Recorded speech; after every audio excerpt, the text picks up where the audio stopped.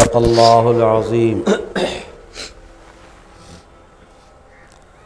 वक़ाल रसूलुल्लाह सल्लल्लाहु तआला अलैहि वसल्लम मन सल्ला अलैहि वाहिदतन सल्लल्लाहु अलैहि अशरन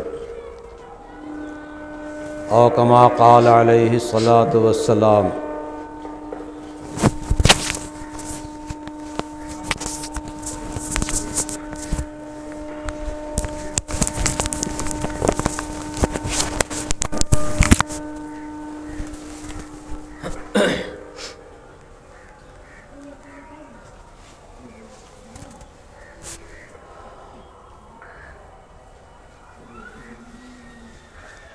तमाम कायनात में,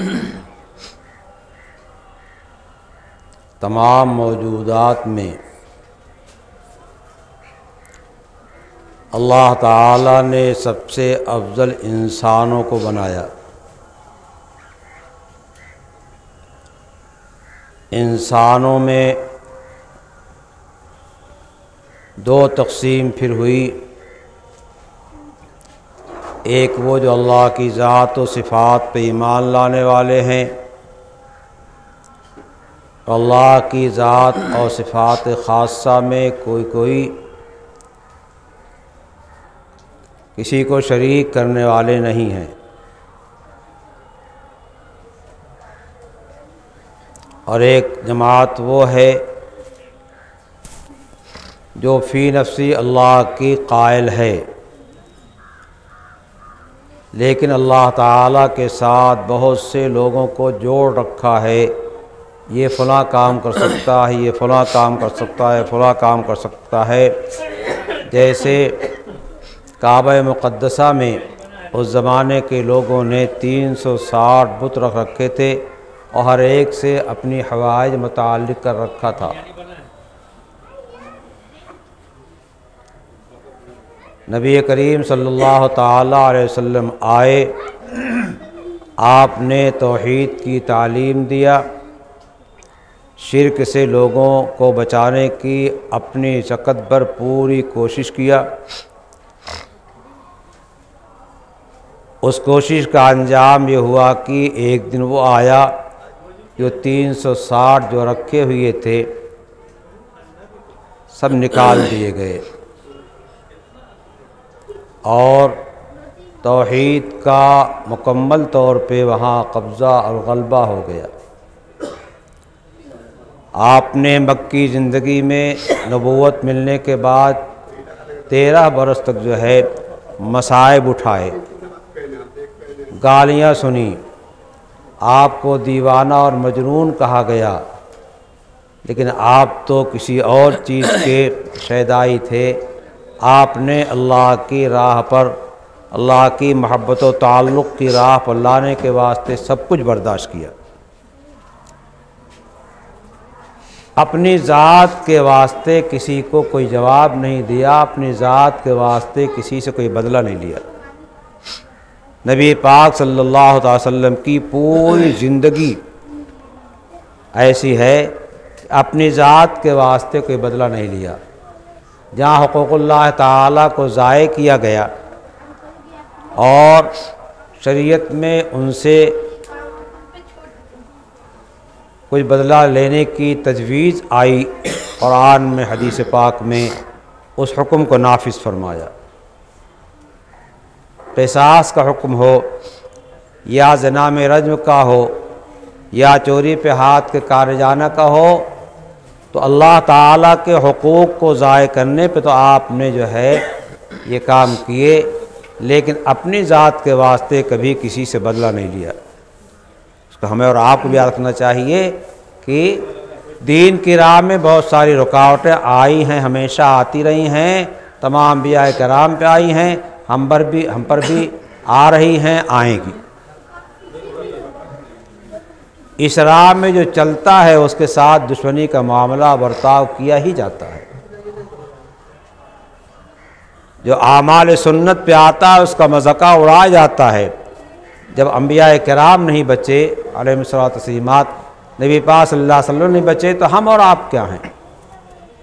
हम और आप सल्लल्लाहु अलैहि वसल्लम की सुन्नत पे अमल करने की कोशिश करें तो सारी सुन्नतें सामने आएंगी कि आपने जो तहम्मुल किया है, बर्दाश्त किया है, अपनी ज़ात के वास्ते के बदला नहीं लिया, सबको सामने लाना होगा, सब पे अमल करना होगा। तो बहरहाल नबी करीम सल्लल्लाहु अलैहि वसल्लम ने शरीयत व सुन्नत का एक ज़ाब्ता हमें दिया, तक़वे की राह हमें दिया अल्लाह ताला की तरफ से। तो एक तक़सीम अहले तक़वा की हो गई, अहले ईमान की हो गई, दूसरी तक़सीम अहले शिर्क की हो गई। उसके बाद फिर अल्लाह ताला ने इनमें भी इंतखाब फरमाया, और एक इंतखाब तो तमाम मोमिनीन के वास्ते है। अल्लाह ने ऐलान किया कुरान पाक में, अल्लाह वलियुल्लज़ीना आमनू, अल्लाह तमाम मोमिनीन का वली और दोस्त है। उन औलियाए किराम में जो अल्लाह के वली हैं, हज़रात अंबिया अलैहिस्सलाम का मकाम सबसे ऊंचा है। जो नबी होता है वो वली भी होता है, और हर नबी के लिए वली होना ज़रूरी नहीं है। विलायत का सबसे बड़ा मकाम जो हासिल है वो हज़रात अंबिया किराम को हासिल है। हमने तक़सीम कर रखा है, इसलिए कि हमने विलायत का माना नहीं समझा। विलायत दर हकीकत नाम है अल्लाह के दोस्त बनने का। तो अल्लाह के दोस्त, अल्लाह के हबीब, अल्लाह के महबूब सबसे ऊंचे दर्जे के अंबिया किराम हैं। उन अंबिया किराम अलैहिस्सलातु तस्लीमात में भी सबसे आला मकाम है नबी पाक सल्लल्लाहु ताला अलैहि वसल्लम का है। आप तशरीफ़ लाए सबसे बाद में, लेकिन आपका मकाम सारे अंबिया किराम से ऊंचा है, अलैहिस्सलातु तस्लीमात सबसे ऊंचा है। पूरा दीन नबी अलैहिस्सलाम ने सहाबे किराम को अता फरमा दिया, पूरा दीन अता फरमा दिया। एक एक तरीक़ा हालात आए और शक्लें पैदा हुई, उस पर मसाइल बयान किए गए, कुरान पाक आयत नाज़िल हुई, सहाबे किराम ने सब को लिया और ज़र्रा बराबर ख़ियानत नहीं किया। कोई ऐसा मसला नहीं था कि सहाबा ने सुना हो और बाद वहाँ तरह मुंतकिल न किया हो। वो क्या है, इस उम्मत के लिए दीन के सबसे बड़े अमीन और मुहाफिज सहाबे किराम हैं रज़ी अल्लाह ताला अन्हुम अजमईन, और वो दीन चलाया। आज दुनिया के अंदर जहाँ कहीं है दीन, इस्लाम, तक़वा, परहेज़गारी और मोहम्मद रसूलुल्लाह सल्लल्लाहु अलैहि वसल्लम की तालीम और तबलीग रिसालत का जो है असर है। तो सारी दुनिया का मुसलमान जो है हुज़ूर पाक सल्लल्लाहु अलैहि वसल्लम का एहसानमंद है। सारे इंसानों पर, बिलखुसूस मुसलमानों पर नबी करीम सल्लल्लाहु अलैहि वसल्लम का बहुत बड़ा एहसान है। इतना बड़ा एहसान है कि पूरी कौम, पूरी उम्मत मिल कर के आपके एहसान का बदला चुकाना चाहे तो मामूली बदला भी नहीं चुका सकते, सब क्या चुकाएंगे। अल्लाह ताला ने ऐलान फरमाया, इन्नल्लाह व मलाइकतहु युसल्लूना अलन नबी, अल्लाह और अल्लाह के फरिश्ते नबी अलैहिस्सलाम पर सलात भेजते हैं, दरूद भेजते हैं। ये ऐसा काम है नबी अलैहिस्सलाम दरूद भेजने का कि अल्लाह ताला भी इसकी करता है और कुरान पाक में ऐलान कर दिया। अल्लाह के फरिश्ते करते हैं, आगे उसकी जो है तफसील अलग है। अल्लाह के फरिश्ते करते हैं, ये दोनों ऐलान करके फरमाया, हुक्म दिया अल्लाह ताला ने, या अय्युहल्लज़ीना आमनू सल्लु अलैहि वसल्लिमु तस्लीमा, ऐ वो लोगों जो ईमान लाए हो, जो अल्लाह के वली हो, अल्लाह के दोस्त हो। अल्लाह उनको हुक्म दे रहा है कि मैं तुमको हुक्म दे रहा हूँ कि तुम नबी अलैहिस्सलाम पे दरूद भेजो, दरूद पढ़ो। इससे बड़ा हुक्म हमारे वास्ते क्या आएगा। हदीस पाक में आता है कि जो शख्स जो है एक मरतबा दरूद पढ़ता है, अल्लाह एक मरतबा की वजह से 10 रहमतें उसको नाज़िल फरमाता है, उस पर नाज़िल फरमाता है। ये अदना मिक़दार है। बाद रिवायतों में आता है कि जो एक मरतबा पढ़ता है उसको उस पर 70 रहमतें नाज़िल होती, 70 बार की रहमतें नाज़िल होती हैं। अब मुहद्दिसीन परेशान है कि किसी रवायत में तो 10 मरतबा, किसी में 70 मरतबा है, क्या मतलब इसका? तो उन्होंने एक तावील किया, उसका मतलब समझाया कि जुमे की शब में और जुमे के दिन में दरूद पाक पढ़ने की फजीलत ज़्यादा आई है। इस वास्ते 70 वाला जो हिसाब है वो तो जुमे की शब दिन और जुमे के दिन वाला है, बाकी आम हालात में 10 गुना तो मिलेगा। अल्लाह को पसंद आता है, अल्लाह ने हुक्म दिया है, जब अल्लाह का बंदा अपने अल्लाह के हबीबा सल्लल्लाहु अलैहि वसल्लम पर दरूद भेजता है, अल्लाह खुश होता है, अल्लाह इससे राज़ी होता है। इस वास्ते इस अमल को खूब करना चाहिए। बिलखुसूस आज जुमे के पढ़ने के वास्ते आते हैं, इनसे उनसे बातें करते जाते हैं, नबी पाक सल्लल्लाहु अलैहि वसल्लम पे दरूद भेजते आइए, आज जुमे के दिन है, बरकत का दिन है, पढ़ते आइए और पढ़ते चले जाइए। इसी तरीके से एक रवायत जिससे दर्जात बुलंद होते हैं, गुनाह माफ़ होते हैं, असर के बाद 80 मरतबा दरूद पढ़ने का तज़किरा हदीस पाक में आता है। अल्लाहुम्मा सल्ली अला मुहम्मद नबील उम्मी व अला आलिहि वसल्लिम तस्लीमा। हमारे अकाबिर के यहाँ पूरा मामूल है कि जुमे को रोज़ असर की नमाज पढ़ने के बाद अपनी जगह सुनने पहले 80 मरतबा हर जुमे को पढ़ते हैं। क्या मुश्किल काम है, कैसे मिनट लगता है।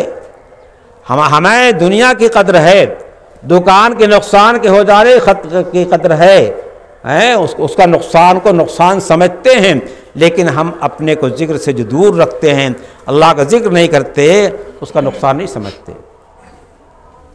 ये अल्लाह के हबीब का एक हक़ है, हक़ आज़मत है, और उसकी एक अदायगी यह है क्या नाम की उन पर दरूद पाक भेजा जाए। और सबसे बड़ी अदायगी यह है कि नबी पाक सल्लल्लाहु अलैहि वसल्लम जिस तरीक़े कार को लेकर के आए हैं, दुनिया के तमाम तरीक़ों को किनारे फेंक करके उस तरीक़े को पसंद कर लेना चाहिए। अमल के लिहाज से, कौल लिहाज से हर लिहाज पसंद कर लेना चाहिए। दुनिया के जिस गोशे में रहें, सफ़र में, हज़र में, तनहा जमात के साथ, कहीं नबी पाक सल्लल्लाहु अलैहि वसल्लम तरीक़ा हमसे नहीं छूटना चाहिए। इस्लाम जो है सबसे अच्छा मज़हब है, ईमान वाला अल्लाह ताला का सबसे ज़्यादा मकबूल है। तो हम दूसरों से क्यों पस्त रहते हैं, क्यों दबते हैं, क्यों सफ़र नवा नहीं पढ़ते हैं? FIR दर्ज करता कोई करे, कोई गोली मारता मार दे। जिस तरह अल्लाह ने मुक़द्दर फरमा रखा होगा, मौत ऐसी आएगी। तो हम ये चाहते हैं, और शरीयत ये चाहती है कि अल्लाह का बंदा जहाँ रहे अल्लाह का हो के रहे, इसलिए इसका एहतमाम कीजिए। अल्लाह ताला तौफीक से नवादे और दरूद शरीफ की ख़ास तरीक़े की कसरत कीजिए, बिलखुसूस जुमे की शब में और जुमे के दिन में जो दरूद पाक खूब पढ़िए, और सारे सुन्नत वाले आमाल अपने घरों में दाखिल कीजिए। खिलाफ सुन्नत जो आमाल हमारे अंदर हो रहे हैं, कुफ्र के, शिर्क के, वो हमारी दुश्मनी करते हैं और हमें देखना नहीं चाहते, हमारी ज़िंदगी उन्हें गवारा नहीं, हमारा जो है खाना पीना चलना फिरना पसंद नहीं, और उनके तरीक़े गुस्साई ना। हमको उनसे कोई ताल्लुक़ नहीं है, कोई नहीं है। हमें तो ताल्लुक़ इसका है कि हम शरीयत अमल करेंगे, बस। हमें न किसी दुश्मनी करनी, किसी दोस्ती करनी है।